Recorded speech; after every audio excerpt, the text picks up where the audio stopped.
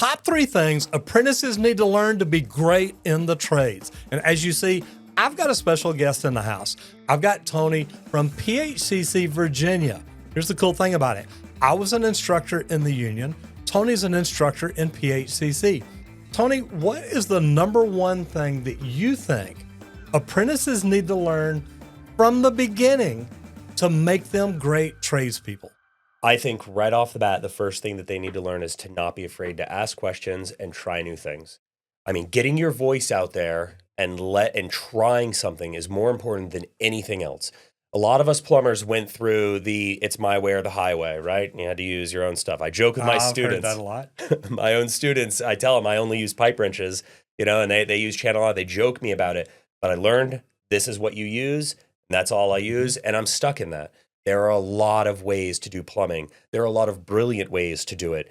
Be willing to accept change. But one of the biggest arguments, right, is solder versus ProPress. Yeah. And why are we even having this argument? I mean, we have no hub and lead joints. It's like two different things. I'm sure they had it back then. Being stuck in your ways and thinking that there's one way to do it is going to slow you down and put you at a disadvantage. I love that because I think asking questions, I tell people, especially apprentices, never ask the same question twice. If you ask a question, make sure you take time to listen, take time to learn. If you've got to write it down, write it down. If you've got to go home at night and say, okay, this is something that I learned today, that way you can come back to it, I think that's huge. Now, for me, one of the best things, always understand that there's an end game for you. Do you want to be a foreman? Do you want to be a superintendent? Do you want to own your own company one day? Do you want to run one of the biggest companies in town? You can move up. Now, I grew up open shop, joined the union later, became an instructor, but I moved up from a plumber to a foreman to a superintendent to a general superintendent, then moved up to director of operations for a large mechanical contractor. I had no clear vision of what I wanted to do when I started. So understand that your future is whatever you want it to be. You can own your own business. It can be a small residential company. It can be a massive commercial mechanical contractor. You have the ability to do whatever you want to do. And believe it or not, you and what you think up here is the only thing holding you back from doing whatever it is you want to do. And most people, they stop just before they get to that level where they understand it. They're like, wow, you know what? I could really be great at this. Don't stop. Keep learning and understand the future is whatever you want it to be. Start looking at it now and start thinking, this is what I'm working towards. Because to be great at this, you've got to understand that you've got goals and you want to always be the best in your class, the best on the job, the best foreman, the best superintendent. Because if your goal is to own your own company one day, do you want to own a mediocre company where you're like, look, man, I just kind of halfway faked my way through everything. Now that I own my company, I'm just going to keep faking it. Why not work harder now, become really good, become great, and then build your company based on the things that you've learned and grown? I couldn't agree. Yeah, you said it the best. It works. Yeah, it works. Absolutely. What's one more thing that every apprentice needs to know to be great in the trades?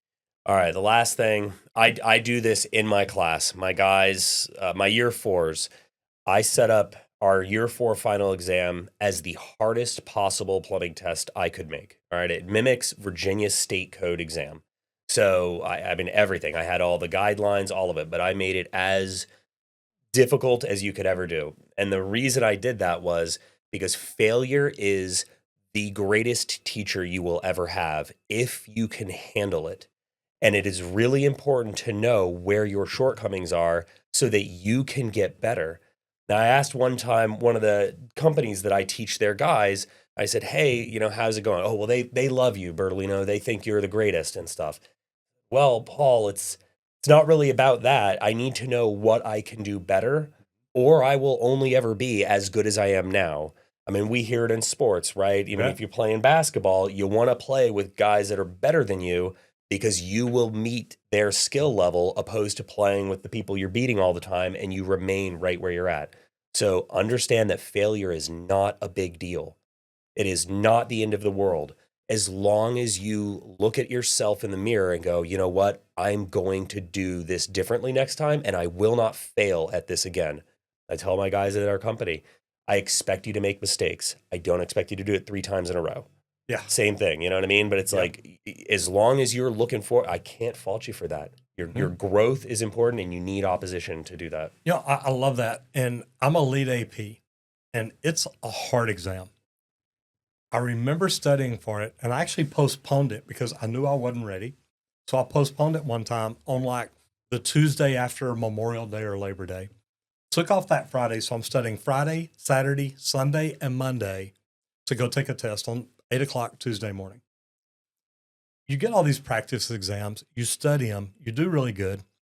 But then I found one more exam, and it said, this one is really like the test. And I thought, man, this is going to be great. I'm going to do it at 9 or 10 o'clock at night. It's like right before I get ready to go to bed. I pull out this test. Now, I had been making 75, 80, 85 on all my other tests. I made a 40 on this one. And I'm like, if this is really like the test, I'm up the creek. So I took that test that I failed, went through every answer I got wrong, wrote down why I got it wrong, why I picked what I picked, then looked at the correct answer and figured out why it should have been that.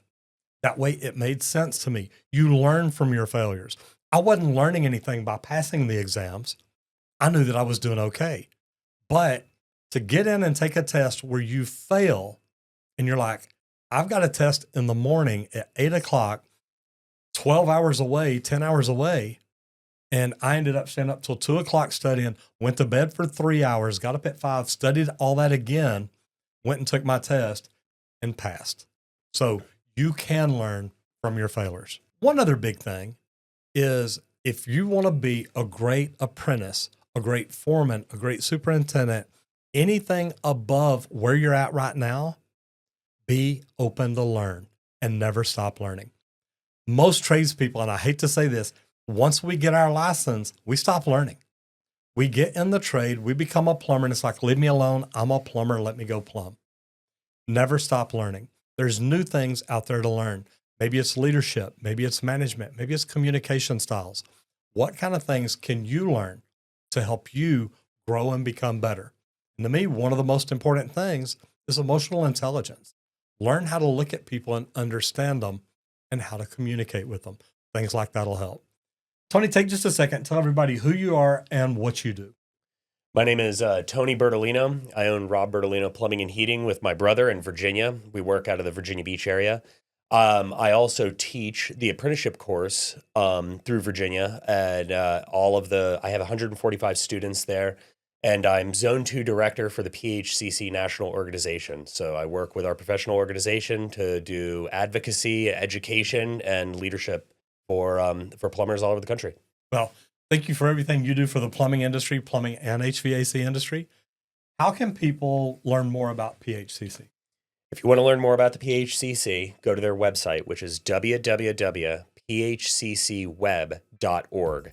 On there, you'll find information about what we do, and you'll find links to be able to contact us for local chapters in your area and get involved and come to some of the meetings and see like-minded individuals like yourself and see where you can go from there. And this is great stuff. Guys, if you want to learn to grow your business, this is a great opportunity. Check out PHCC, see if they can do anything to help you in your business. Thanks, guys. I'm Roger Wakefield, Lead AP, helping you make more money in the trades.